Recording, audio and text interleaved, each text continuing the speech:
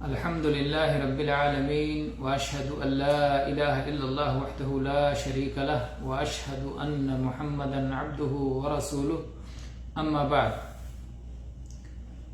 قال شيخ الإسلام محمد بن عبد الوهاب رحمه الله في كتابه الجامع الماتع باب الشفاعة وقول الله تعالى وأنذر به الذين يخافون أن يحشروا إلى ربهم ليس لهم من دونه ولي ولا شفيع وقوله تعالى قل لله الشفاعة جميعا وقوله من ذا الذي يشفع عنده إلا بإذنه وقوله تعالى وكم من ملك في السماوات لا تغني شفاعتهم شيئا إلا من بعد أن يأذن الله لمن يشاء ويرضى.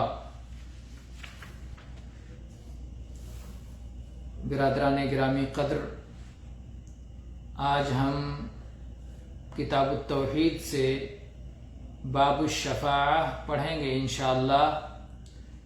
شیخ الاسلام محمد بن عبد الوہاب رحمہ اللہ نے کتاب التوحید میں یہ باب قائم کیا، شفاعت کا بیان، یہ بتانے کے لیے کہ مشرکین شفاعت کا نام لے کر شرک میں مبتلا ہو جاتے ہیں. یہ ایک وسیلہ اور ذریعہ ہے شفاعت کے مضمون کو درست طور پر نہ سمجھنے کا. وہ ملائکہ سے دعا کرتے ہیں، انبیاء سے دعا کرتے ہیں، اولیاء سے دعا کرتے ہیں اور دعویٰ یہ کرتے ہیں کہ ٹھیک ہے، ہم جانتے ہیں کہ یہ سب مخلوق ہیں، یہ اللہ کے بندے ہیں، ہم انہیں اللہ نہیں مانتے، لیکن اللہ کے پاس یہ ہماری سفارش کریں گے. تو یہ کہہ کر کے وہ لوگ اللہ کو چھوڑ کر ان سے دعائیں مانگتے ہیں اور اس طرح سے شرک میں مبتلا ہو جاتے ہیں. تو شیخ الاسلام محمد بن عبد الوہاب رحمہ اللہ نے چاہا کہ شفاعت کے مضمون کو قرآنی آیات اور صحیح احادیث کی روشنی میں پوری طرح واضح کر دیا جائے تاکہ یہ شرک کا ذریعہ باقی نہ رہ جائے. شفاعت کا معنی کیا ہے؟ شفاعت شفا سے ہے. شفا جوڑ کو کہتے ہیں. عربی میں دو لفظ، ایک فرد اور ایک شفا، یا وطر اور شفا. والشفع والوطر دونوں ایک ساتھ آیا ہے. تو وطر اور شفا یعنی جوڑ اور بے جوڑ، ایک اور دوسرا ایک کے ساتھ جب کوئی دوسرا لگ جائے تو وہ شفا ہو جاتا ہے، جوڑ بن جاتا ہے. تو شفاعت میں یہی ہوتا ہے کہ ایک آدمی اپنے مسئلے کے لیے، اپنی ضرورت کے لیے اگر کسی شخص کے پاس جاتا ہے تو ایک ہوتا ہے. اگر کوئی شخص اس کے تعاون کے لیے حاضر ہو جائے اور اس کی بات کہنے کے لیے تیار ہو جائے تو اس کا جوڑا ہو جاتا ہے. تو اس طرح سے وہ شفا ہو جاتے ہیں اور وہ شخص شفیع ہو جاتا ہے جو جوڑا بن جاتا ہے، جو اس کی سفارش کر رہا ہے. تو یہ شفاعت کا لغوی معنی ہے، عربی زبان کے اعتبار سے معنی ہے. یہاں پر شیخ الاسلام نے قرآن پاک کی سورہ انعام کی 151 نمبر آیت پیش کی، جس میں اللہ تعالیٰ نے فرمایا وَأَنذِرْ بِهِ الَّذِينَ يَخَافُونَ أَن يُحْشَرُوا إِلَىٰ رَبِّهِمْ، اور قرآن پاک کے ذریعے ان لوگوں کو ڈر سنائیے جو اس بات کا خوف رکھتے ہیں کہ وہ اپنے رب کی طرف اکٹھا کیے جائیں گے. یعنی جن کا آخرت پر ایمان ہے، جو مرنے کے بعد رب کے پاس جانے پر ایمان رکھتے ہیں، ان کو ڈر سنانا ہے، کیونکہ وہی ڈر سنانے سے مستفید ہوتے ہیں. اگر آخرت پر ایمان ہے، اگر اللہ کی ملاقات پر ایمان ہے، تو ایسے لوگوں کو جب عذاب کا ڈر سنایا جائے گا تو اللہ کی خلاف ورزی سے انہیں روکا جائے گا تو ان کے دل میں خوف ہوگا، وہی لوگ ڈریں گے، وہی واعظ سے مستفید ہوں گے. تو اسی لیے اللہ تعالیٰ نے فرمایا کہ قرآن پاک کے ذریعے آپ ڈر سنا دیجئے ان لوگوں کو جو اس بات کا خوف رکھتے ہیں کہ انہیں ان کے رب کے پاس اکٹھا کیا جائے گا. لیس لہم من دونہ ولی ولا شفیع، کہ ان لوگوں کے لیے اللہ کے یہاں کوئی مددگار اور کوئی سفارشی نہیں ہوگا. اللہ نے انکار فرما دیا کہ اللہ کے پاس ان کا کوئی مددگار نہیں ہوگا اور ان کا کوئی سفارشی نہیں ہوگا.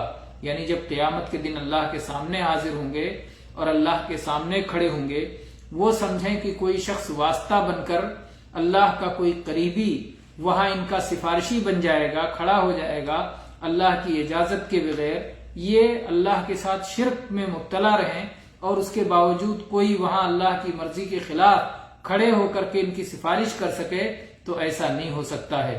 اگر ان کے پاس ایمان نہیں ہے اور ان کے پاس عمل صالح نہیں ہے جو انہیں عذاب الہی سے محفوظ رکھ سکے، تو اس کے بغیر کوئی ان کی سفارش کے لیے نہیں آئے گا. تو اللہ تعالیٰ نے کہا کہ ان کو ڈرا دیجئے کہ اللہ کے بغیر وہاں کوئی مددگار اور کوئی سفارشی نہیں ہوگا. کیونکہ مشرکین فرشتوں کی عبادت کرتے تھے، مشرکین انبیاء کی عبادت کرتے تھے، ایسی مورتیوں کی عبادت کرتے تھے جن کو انہوں نے اولیاء کی صورت پہ بنا رکھا تھا. تو اللہ تعالیٰ نے ان آیات کے ذریعے سے خوب صاف کر دیا، واضح طور پر اعلان کر دیا کہ کسی کو اللہ کی اجازت کے بغیر شفاعت کا کوئی موقع نہیں ہوگا. اللہ نے انہیں اپنا شفیع نہیں بنایا ہے. اس لیے پہلے اللہ کی توحید کو ٹھیک کرو اور اللہ ہی سے دعائیں مانگو، اور شفاعت کا مالک بھی اللہ ہی ہے، اس لیے شفاعت بھی اسی سے مانگو.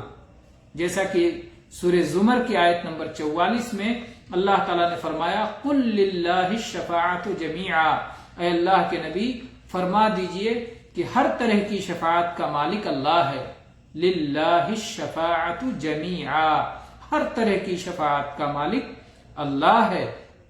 اللہ تعالیٰ جب کسی کو اجازت دے گا اور جس کے لیے شفاعت کرنے کی اجازت دے گا، صرف اتنا ہی نہیں کہ ان کو شفاعت کی اجازت مل گئی تو پھر جس کے لیے چاہیں شفاعت کرتے جائیں، نہیں، شفاعت کرنے والے کو بھی اجازت چاہیے اور جس کے لیے سفارش کرنے جا رہا ہے اس کے تعلق سے بھی اللہ تعالیٰ کی رضا چاہیے. اس کے بغیر، اللہ کی مرضی کے بغیر کوئی منمانی سفارش نہیں کر سکتا. تو یہاں اللہ تعالیٰ نے فرمایا قُلْ لِلَّهِ الشَّفَاعَةُ جَمِيعًا، کہ ہر قسم کی شفاعت کا مالک اللہ ہی ہے.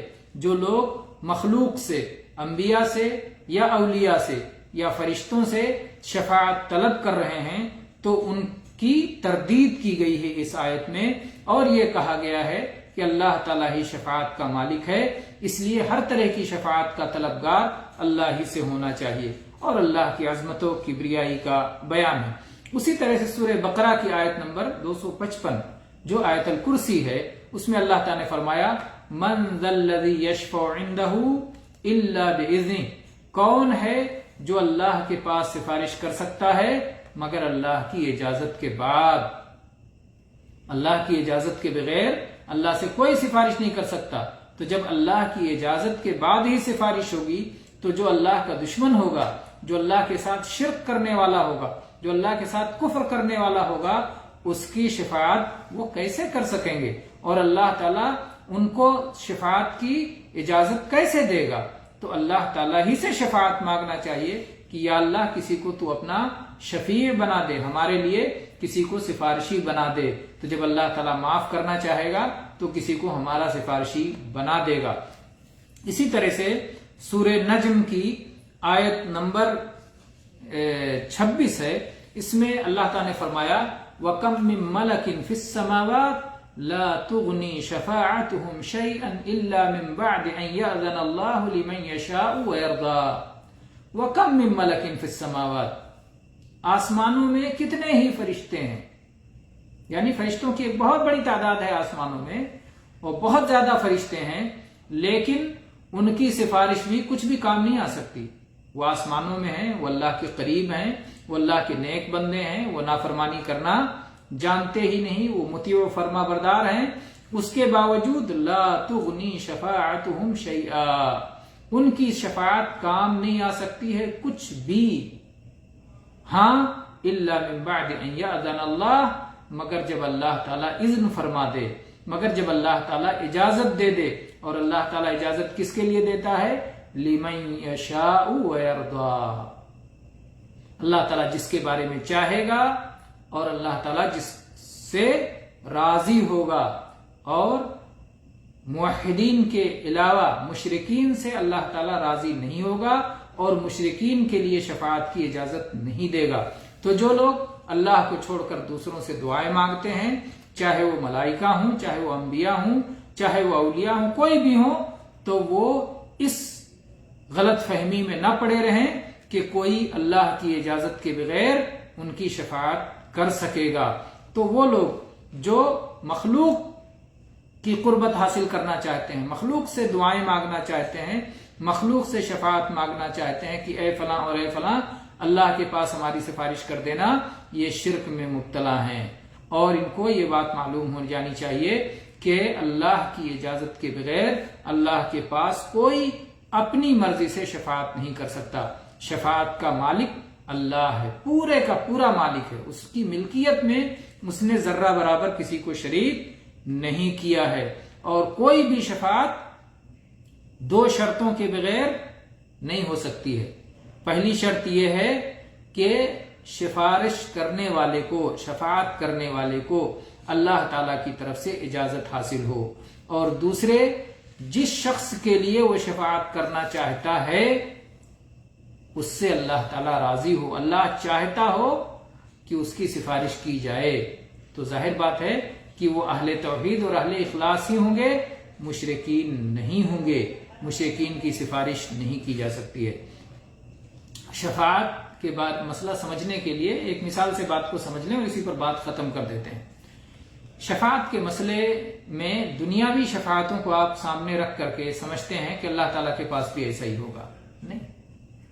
دنیا میں کیسی کیسی شفاعت ہوتی ہے؟ دنیا میں ایک شفاعت ہوتی ہے جس کو کہتے ہیں شفاعت وجاہت، یعنی ایک آدمی بادشاہ کے سامنے مجرم کو لایا گیا اور اس کا وزیر کھڑا ہو گیا یا کوئی اور امیر کھڑا ہو گیا کہ میں اس کی سفارش کرتا ہوں، اسے معاف کر دیا جائے۔ بادشاہ اس کے جاہ و مقام کا خیال کر کے کہ یہ میرا وزیر ہے، یہ امیر ہے، ناراض ہو جائے گا تو مسئلہ ہو جائے گا، اس کے جاہ و مقام کا خیال کر کے اس کی سفارش مان لیتا ہے، مجبور ہو جاتا ہے اور معاف کر دیتا ہے۔ اللہ تعالیٰ کے ہاں اس طرح کی شفاعت کا کوئی تصور نہیں ہے۔ اللہ تعالیٰ نے کسی کو مقام دیا ہے تو اس کا مقام ملا، اور جب چاہے اللہ مقام چھین لے۔ اللہ کے ہاں کوئی ناز اور نخرے کرنے والا اور اللہ تعالیٰ کا کوئی کچھ نہیں بگاڑ پائے گا۔ اللہ کی شان سب سے بالا ہے۔ اللہ تعالیٰ کسی کا کچھ بھی کسی طرح محتاج نہیں ہے۔ تو شفاعت وجاہت تو اللہ کے ہاں ہے ہی نہیں۔ دوسری رہی شفاعت محبت، جو دنیا میں چلتی ہے کہ بادشاہ کے سامنے مجرم کو لایا گیا اور بیوی کھڑی ہو گئی، بیٹا کھڑا ہو گیا، یا کوئی ایسا شخص کھڑا ہو گیا جس سے بادشاہ کو بڑی محبت ہے اور جس کی ناراضگی سے ڈرتا ہے کہیں ناراض نہ ہو جائے۔ تو یہ شفاعت بھی اللہ کے یہاں نہیں ہے۔ اللہ نے اگر کسی کو محبوب بنایا ہے تو اس کی محبت سے اللہ ڈرتا نہیں ہے، اس کا فضل ہے کہ اس نے محبوب بنایا ہے، اور جب چاہے اس محبوب کو مردود کر دے۔ ان اللہ علی کل شیء قدیر۔ اللہ کے ہاں کسی طرح کی کوئی کمی نہیں ہے، اس لیے شفاعت محبت بھی اللہ کے ہاں نہیں چلے گی، نہ شفاعت وجاہت نہ شفاعت محبت۔ اللہ کے ہاں صرف ایک شفاعت چلے گی، اور وہ ہے شفاعت بالاذن، جس کے تعلق سے بھی آپ نے قرآن پاک کی آیتیں سنی۔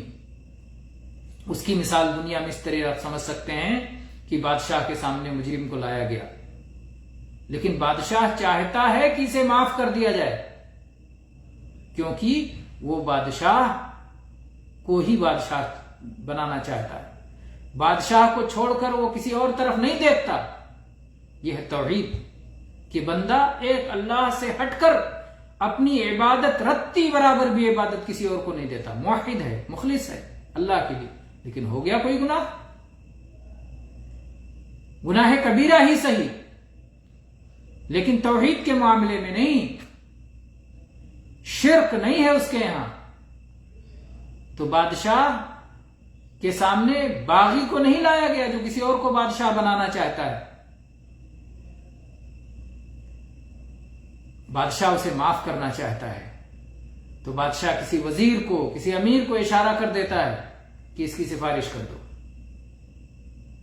اور بادشاہ کی اجازت سے اور جس کے بارے میں سفارش کی جا رہی ہے بادشاہ کی رضامندی سے سفارش ہو جاتی ہے اور معافی ہو جاتی ہے۔ قانون کا لاج بھی رہ جاتا ہے، مجرم کہ اس کی توحید اور اخلاص کی بنا پر اس کی معافی بھی ہو جاتی ہے اور اللہ کا فضل بھی سامنے آ جاتا ہے اس طرح سے۔ تو شفاعت بالاذن اس کو کہتے ہیں۔ قیامت کے دن صرف یہی ایک شفاعت ہوگی، شفاعت بالاذن، اور باقی کوئی شفاعت نہیں ہوگی۔ اس لیے شفاعت کے نام پر شرک کو اختیار نہ کریں۔ شفاعت کی وجہ سے، جیسے کہ کفار مکہ کہا کرتے تھے ہؤلاء شفاعؤنا عند اللہ، یہ اللہ کے پاس ہماری سفارشی کریں گے، اللہ کے نبی نے کہا یہ شرک کر رہے ہو، اللہ کے پاس اللہ کی اجازت کے بغیر کوئی سفارش نہیں کر پائے گا، نہ فرشتے، نہ انبیاء، نہ اولیاء، کوئی نہیں کر پائے گا۔ اس لیے شفاعت کے نام پر توحید کو نہ چھوڑو، توحید پر قائم رہو، اللہ تعالیٰ ہی شفاعت کا بھی مالک ہے۔ وآخر دعوانا ان الحمد للہ رب العالمین وصلی اللہ علی نبینا وسلم۔